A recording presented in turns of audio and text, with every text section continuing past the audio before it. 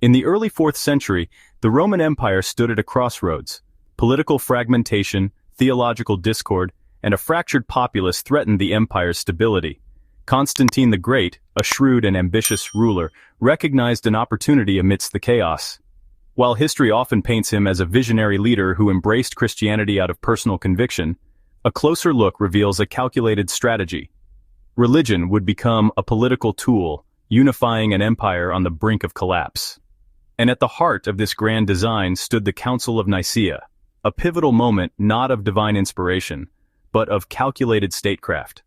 Christianity, once a marginalized and persecuted sect, had grown into a significant force by Constantine's time. It spread like wildfire among the disenfranchised, slaves, the poor, and women, offering a sense of belonging and hope. But this burgeoning movement was anything but united. By the early 300s, fierce theological debates divided the faithful. Chief among them was the Arian Controversy, a bitter dispute over the nature of Christ. Was Jesus Christ divine, co-eternal with God the Father, or was he a created being, subordinate to God? For the average Roman citizen, the nuances of this debate might have seemed abstract, but for Constantine, it was a problem that threatened the empire's fragile unity. Constantine's conversion to Christianity is often celebrated as a profound spiritual awakening, but his actions reveal a man less concerned with theology than with the consolidation of power. The Edict of Milan in 313, which legalized Christianity, was less about faith and more about pragmatism. Constantine needed the support of Christians, now a significant demographic, to solidify his rule. But the unity he sought was undermined by the incessant infighting within the church. For Constantine, theological harmony wasn't a matter of spiritual purity, it was a political necessity. The Council of Nicaea, convened in 325 CE, was Constantine's answer to this problem. Over 300 bishops from across the empire were summoned to the city of Nicaea, a symbolic meeting point between East and West. The stakes were high. The emperor himself presided over the proceedings, not as a theologian but as a mediator. He was no scholar of doctrine, but he understood power, and he knew that a divided church could not serve his ambitions. The debate at Nicaea was fierce. Arius, a presbyter from Alexandria, argued that Jesus was not co-eternal with God. He saw Christ as the first and greatest of God's creations, a being of extraordinary power but not equal to the Father. This view, though popular in certain regions, was seen as heretical by others. Opposing Arius were figures like Alexander of Alexandria and his young protege Athanasius, who championed the idea of Christ's full divinity.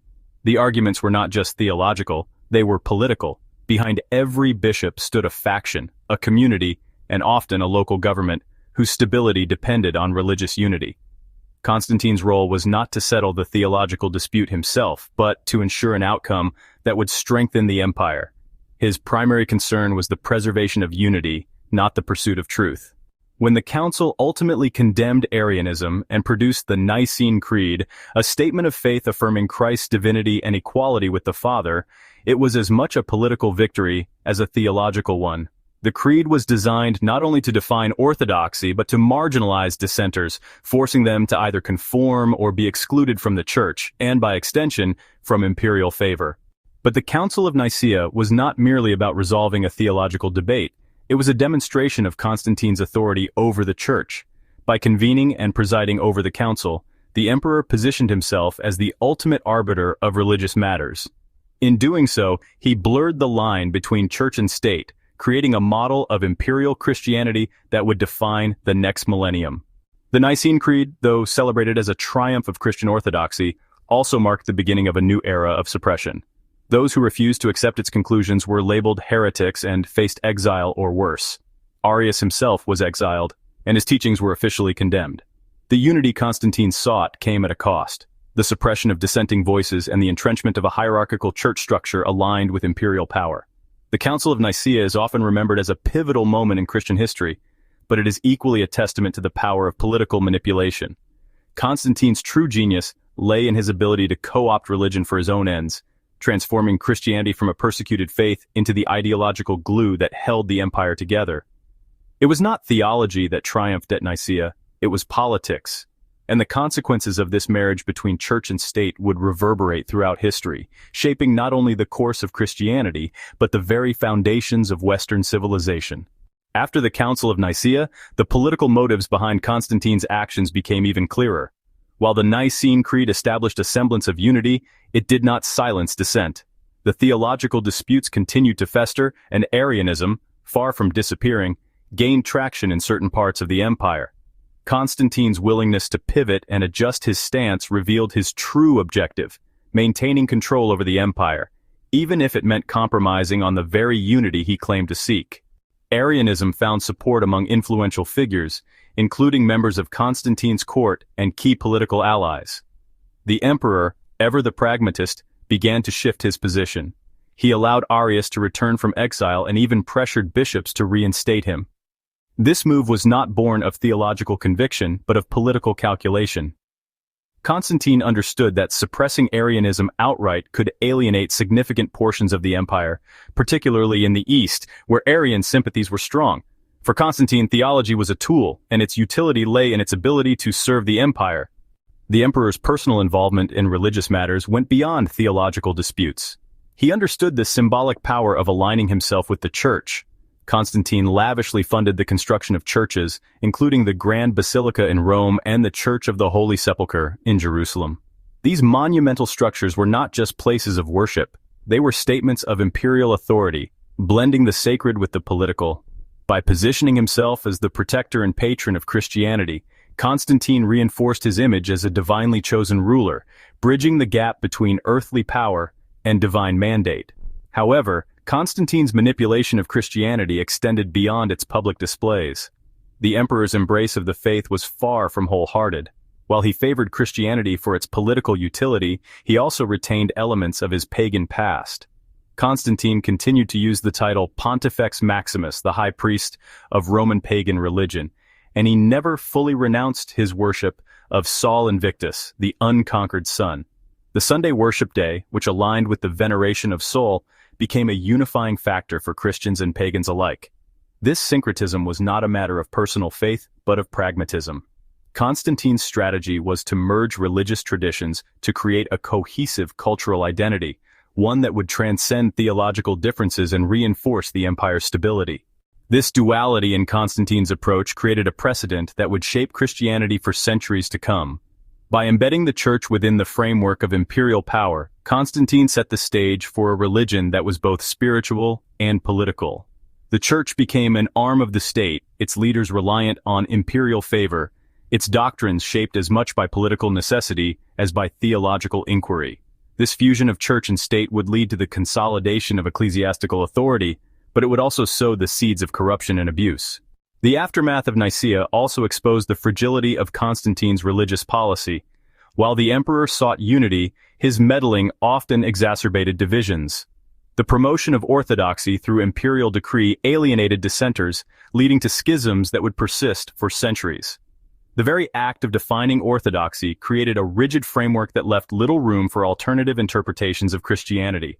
What had once been a diverse and decentralized movement now became a centralized institution, its leaders wielding power not through spiritual persuasion, but through imperial endorsement.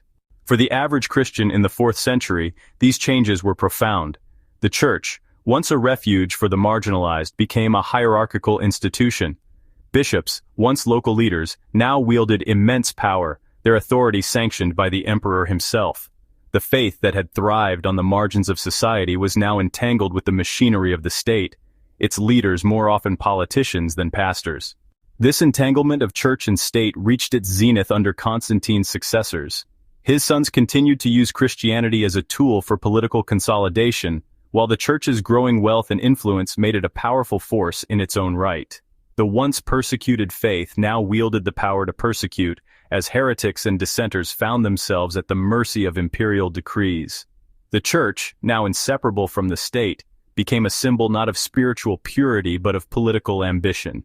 In this way, the Council of Nicaea was less a victory for Christianity and more a triumph of political strategy.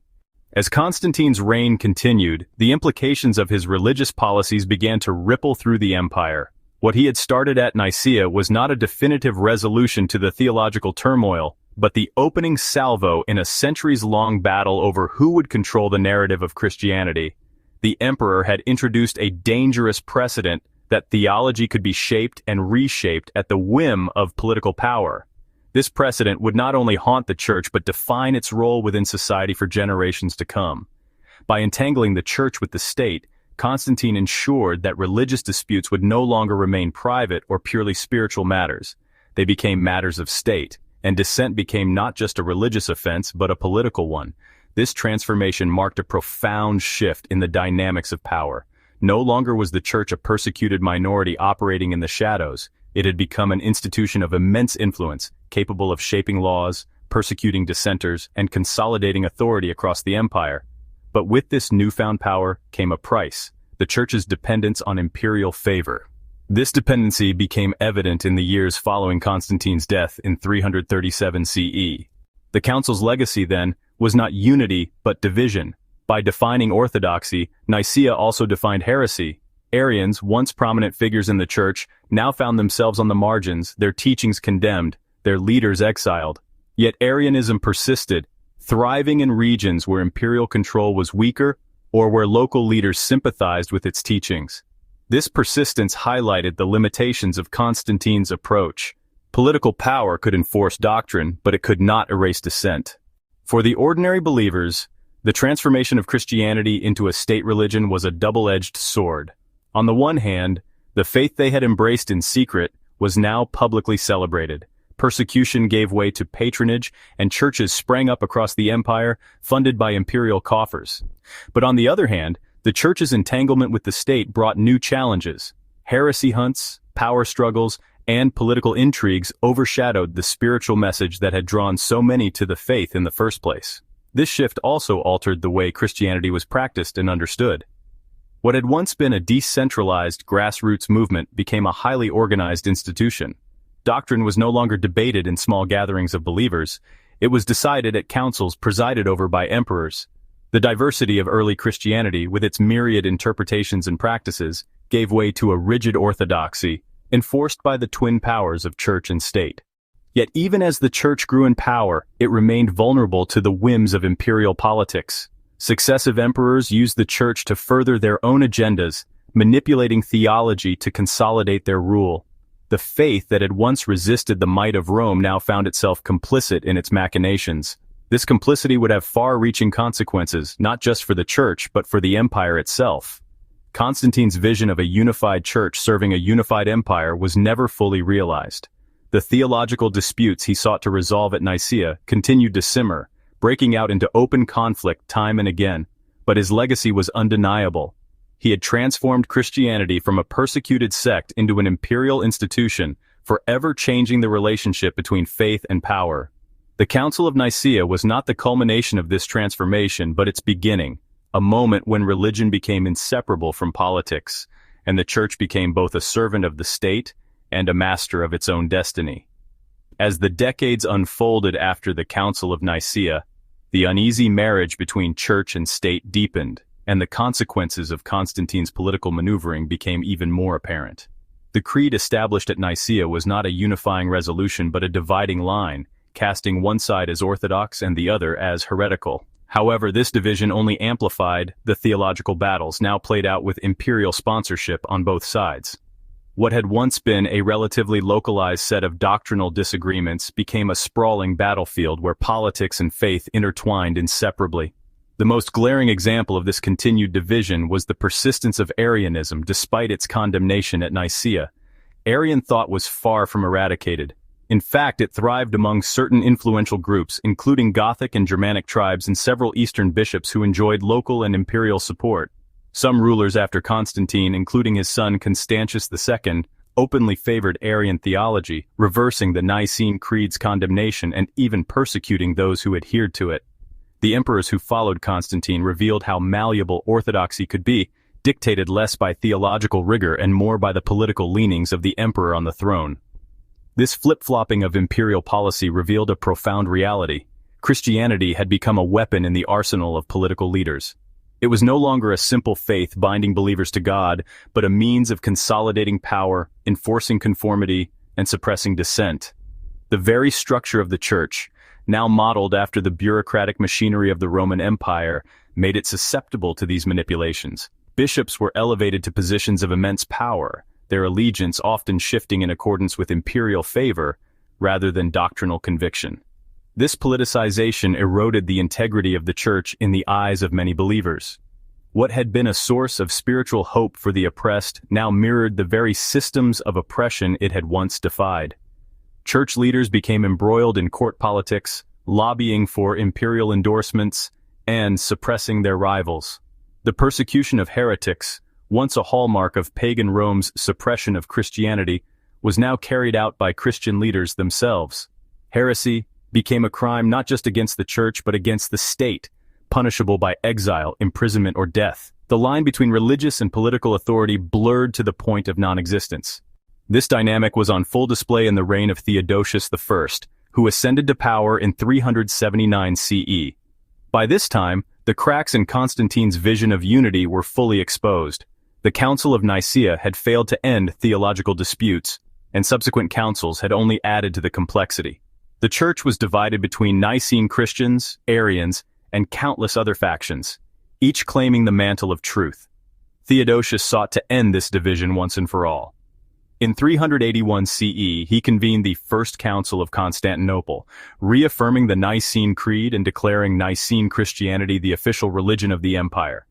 But this was not a moment of theological triumph. It was a political calculation designed to enforce conformity and secure the emperor's control over both church and state. Under Theodosius, Christianity transformed from a tolerated religion to a mandated one. Pagan practices were outlawed, heretics were persecuted, and the power of the Church was cemented as a tool of imperial governance. The dream of Constantine, a unified empire bound together by a unified faith, was finally realized, but only through coercion and violence. For those outside the corridors of power, these developments were deeply unsettling. The inclusivity and diversity that had characterized early Christianity were gone, replaced by rigid dogma and a hierarchy that mirrored the empire itself. The Church, once a symbol of resistance and hope, became an instrument of oppression. The faith that had spread through the courage of martyrs now spread through the decrees of emperors, its growth driven not by conviction, but by compulsion. Yet even as Christianity became the dominant force in the empire, its political entanglements sowed the seeds of future conflicts. The very alignment of church and state that had given Christianity its power also made it vulnerable. When the Western Roman Empire began to crumble in the 5th century, the Church found itself adrift, its authority challenged by new rulers and shifting political landscapes. The unity forged at Nicea and Constantinople proved to be an illusion, its foundations eroded by centuries of theological disputes and political manipulations. Constantine's strategy had ensured the survival of Christianity, but it had also irrevocably changed its character. One of the most striking examples of these divisions came with the rise of the Byzantine Empire in the East. While the Western Church centered its authority in Rome, the Eastern Church developed its own traditions and power structures. The emperor in Constantinople played an active role in church affairs, continuing Constantine's precedent of imperial control over religion. This divergence between East and West culminated in the Great Schism of 1054, when the Roman Catholic and Eastern Orthodox churches officially split. The seeds of this division had been sown centuries earlier, in the very structure and policies established at Nicaea. Yet even as the Church grew in power, cracks began to show. Corruption, greed, and the abuse of authority became rampant within the institution. The very wealth and influence that had made the Church a pillar of society now undermined its moral authority. Voices of dissent began to emerge, calling for reform and a return to the spiritual purity of early Christianity. These voices, however, were often silenced by the same mechanisms of power that the Church had inherited from the Roman Empire.